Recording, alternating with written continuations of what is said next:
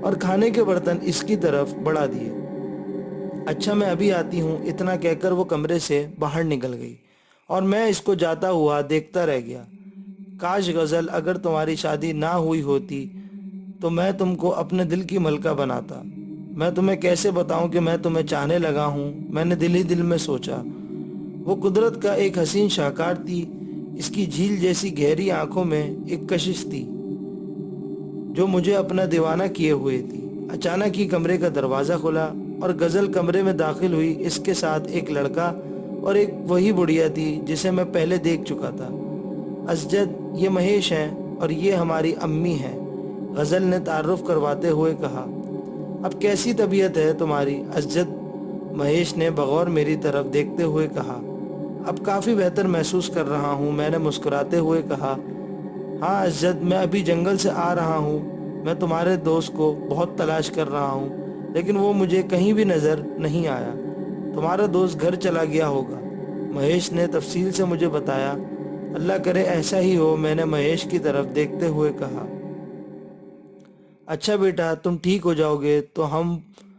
وہ بڑھیا کچھ کہتے کہتے رک گئی، جبکہ غزل اور مہیش کے چہروں پر مسکراہٹ پھیل گئی تھی۔ اچھا اسجد، تم آرام کرو، ہم پھر آئیں گے، مہیش نے کہا اور کمرے سے باہر نکل گیا۔ اس کے پیچھے پیچھے غزل اور بڑھیا بھی باہر نکل گئیں اور پھر یوں ہی لیٹے لیٹے میری آنکھ لگ گئی اور میں سوتا چلا گیا۔ رات کے کسی پہر میری آنکھ سخت پیاس کی وجہ سے کھل گئی۔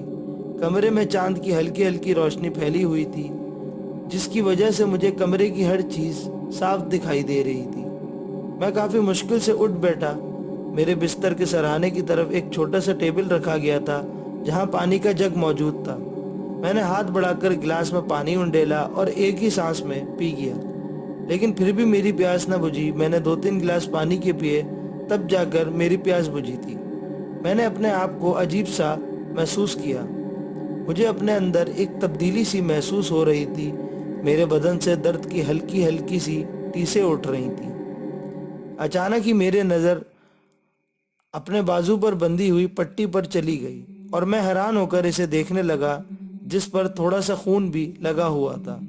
میں حیران اس لیے ہو رہا تھا کہ پہلے تو میرے بازو پر کوئی بھی پٹی نہیں تھی۔ ہاں البتہ ٹانگوں، پاؤں اور ہاتھوں پر پٹیاں پہلے سے موجود تھیں لیکن بازو پر نہیں تھی۔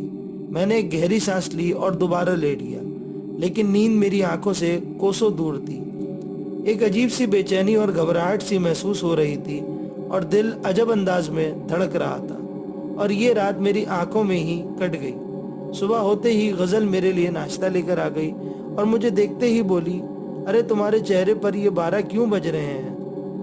اس نے ناشتے کی ٹرے میرے سامنے رکھ دی۔ غزل، یہ دیکھو، یہ پٹی کل تو یہاں نہیں تھی اور نہ ہی میرے بازو پر کوئی زخم تھا۔